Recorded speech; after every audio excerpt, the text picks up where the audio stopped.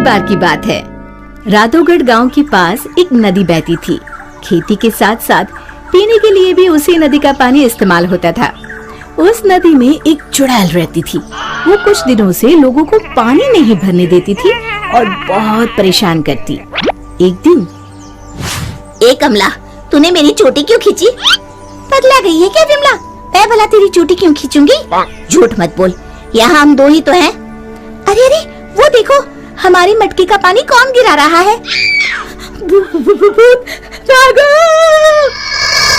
रास्ते में उन्हें भुवन मिला, जो बैलों को पानी पिलाने नदी लेकर जा रहा था।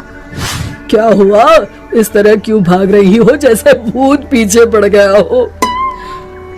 हाँ दादा, भूत ही है नदी पर, सच में। भक, मैं ही मिला चुहल करने के लिए। दरन हो गई जिनैया मैं कैसी करूं। अरे क्या हुआ? ये बैल पानी क्यों नहीं पी रहे हैं? और मेरी धोती कौन खींच रहा है? कहीं भागो रे। इसी तरह एक दिन रामू वहाँ से जा रहा था। उसने देखा बीच धारा में एक औरत बड़े ही आराम से बैठी हुई है।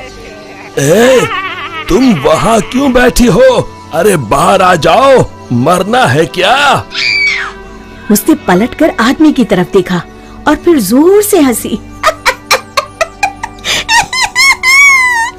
तुझे मारना है? कहकर हाथ बढ़ाना शुरू किया। वो तेजी से गिरते पड़ते गांव की तरफ भागा और गांव आकर लोगों को बताया। हाँ, उस दिन मेरे बैलों को पानी भी नहीं पीने दिया उस चुड़ैल ने। हमारी मटकी का पानी गिरा दिया था। लगता है हमें ये गांव छोड़ना ही होगा। बिल्कुल सच कहा भुवन, मेरा भी यही मन है। गांव के सब लोगों ने गांव छोड़ने का निश्चय कर लिया। भुवन बेटा, हो गई तैयारी? हाँ काका, हो ही गई समझो। मुझे लगता है क्यों ना हम मुखिया जी के पास चले। हाँ, शायद कोई उपाय निकले। काका, मुखिया जी कोई ओझा तो नहीं? मुझे लगता है हमें हनुमान मंदिर के पुजारी के पास चलना चाहिए। बात तो तुम्हारी भी सही है। सारे गांव वाले पुजारी जी के पास गए। कहो, कैसे आना हुआ? हाँ पंडित जी, हम नदी वाली चुड़ैल के आतंक से परेशान हैं।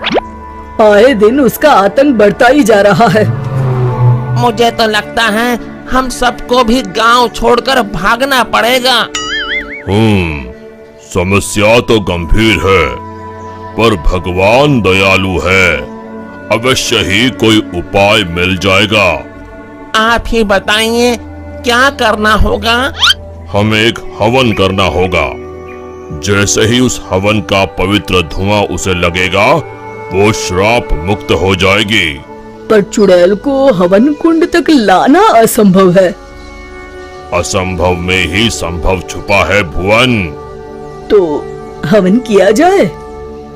कल हस्त नक्षत्र है, कल ही ठीक रहेगा। ठीक है पंडित जी। आप लोग इस सामग्री की व्यवस्था कर लीजिए। मैं ब्रह्म मुहूर्त में वहाँ पहुँच जाऊंगा। हम सब भी पहुँच जाएंगे। हवन कुंड तैयार है, मैं जल लेकर आता हूँ नदी से। किसकी मौत आई है जो मुझे सोते ही जगाने चला आया? चुड़ैल जी, आप सोइए, मैं तो पूजा के लिए जल लेने आया हूँ। ये नदी मेरी है, इसका पानी भी मेरा, समझे? और हाँ, अपनी अकल को प्रसाद के जैसे बांटना बंद करो, समझे? पर क्यों चुड़ैल जी? क्योंकि मैंने ऐसे कहा। अब चुप, एकदम चुप। चुड़ैल जी, क्यों न एक शर्त लगाई जाए। जो हारेगा उसे दूसरे की बात माननी पड़ेगी। बोलो, मंजूर है? तुम साधारण गांव वाले मुझ जैसी ताकतवर चुड़ैल से शर्त लगाओगे?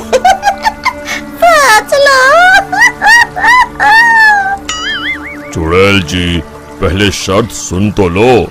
जितना तो मुझे ही है, फिर भी बता ही दो।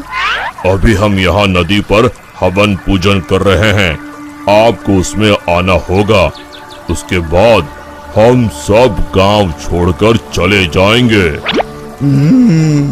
और नहीं आई तो ऐसे ही रोज तुम्हारी नींद में खलल डालेंगे। ठीक है, पर मेरी एक शर्त है, मुझे कोई मंत्र सुनाई नहीं देना चाहिए।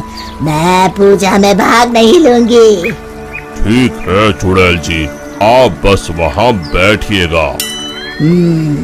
चलो। गांव वाले चुड़ैल को देखकर डर गए, पर पुजारी जी ने इशारा किया तो वो शांत होकर बैठ गए। जैसे ही पंडित जी ने आखिरी आहुति आग में डाली और धुआं चुड़ैल की तरफ गया, वो जलने लगी और जोर जोर से चीखने लगी। बचाओ, मैं जल रही हूँ, बचाओ, कोई बचाओ, मैं सबको खा जाऊंगी, किसी को नहीं छोड़ूंगी, बचाओ। धीरे धीरे उसकी आवाज शांत हो गई। सब लोग सोच रहे थे कि चुड़ैल जलकर राख हो जाएगी, पर ये क्या? उस डरावनी चुड़ैल की जगह पर एक खूबसूरत परी खड़ी थी। वो मुस्कुराते हुए बोली, मैं एक परी हूँ। एक शाप के कारण मुझे चुड़ैल बनना पड़ा। आज आपके कारण मैं शाप मुक्त हो गई हूँ। अब मैं परी लोग जाऊंगी। उससे पहले एक वरदान देना चाहती हूँ। मांगो, क्या मांगती हो?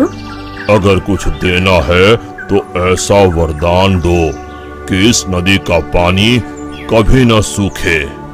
तथास्तु कहकर परी उड़ गई।